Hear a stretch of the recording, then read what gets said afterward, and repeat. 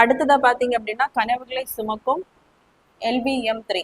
So இந்த topic பார்த்தீங்கன்னா group 1 main syllabus paper 3 science and டெக்னாலஜியில் கவர் ஆகும். ஸோ அமெரிக்காவினுடைய ASD ஸ்பேஸ் மொபைல் நிறுவனத்தின் ப்ளூபேர்டு 6 அப்படிங்கிற 1100 கிலோ எடையுள்ள செயற்கைக்கோளை பார்த்தீங்க அப்படின்னா ISROவின் கீழ் இயங்கக்கூடிய நியூ ஸ்பேஸ் இந்தியா லிமிடெட் அப்படிங்கிற நிறுவனம் வந்து இந்த செயற்கைக்கோளை LVM3 அப்படின்ற ராக்கெட் மூலம் வந்து செலுத்தி இருக்காங்க.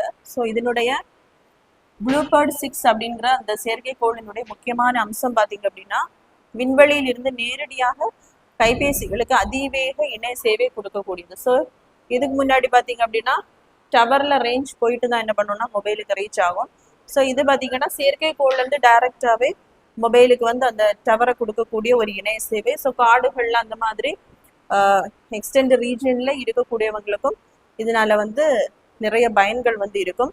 ஸோ 1993 ஆண்டிலிருந்து 34 நாடுகளில் இருக்கக்கூடிய 434 செயற்கைக்கோள்கள் வந்து இந்தியாவிலிருந்து செலுத்தப்பட்டிருக்கு. ஸோ இந்த GSLV Mark 3 அப்படின்னு சொல்லக்கூடியதான் LVM3 அப்படின்னு சொல்லக்கூடிய லான்ச் வெஹிக்கிள் Mark 3 அப்படின்னு சொல்லக்கூடிய ராக்கெட். ஸோ இதை உருவாக்கியது யாருன்னு பார்த்தீங்க அப்படின்னா இஸ்ரோ. ஸோ இது புவி தாழ்வட்ட பாதையில் 8000 கிலோ எடையுள்ள செயற்கைக்கோளை வந்து செலுத்த முடியும். புவி ஒத்திசைவு பாதையில பார்த்தீங்க அப்படின்னா கொஞ்சம் ஹைட்டுக்கு பார்த்தீங்க அப்படின்னா 4000 கிலோ அளவுள்ள செயற்கைக்கோளை வந்து அனுப்ப முடியும்.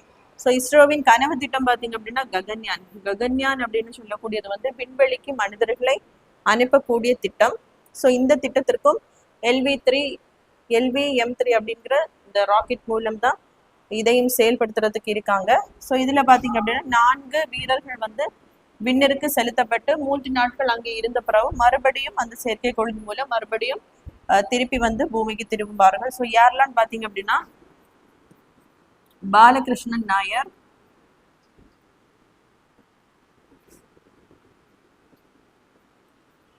அஜித் கிருஷ்ணன்,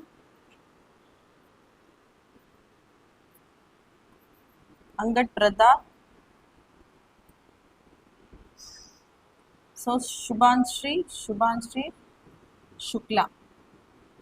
ஸோ இவர்கள் தான் விண்வெளிக்கு வந்து ககன்யான் திட்டத்தின் மூலம் விண்வெளிக்கு வந்து அனுப்பி இருக்கக்கூடிய வீரர்கள். ஸோ எவ்வளோ கிலோமீட்டர் பார்த்தீங்க அப்படின்னா பூமியிலிருந்து 400 கிலோமீட்டர் உயரம் வரைக்கும் இவங்களை வந்து அழைத்து செல்ல இருக்கிறார்கள்.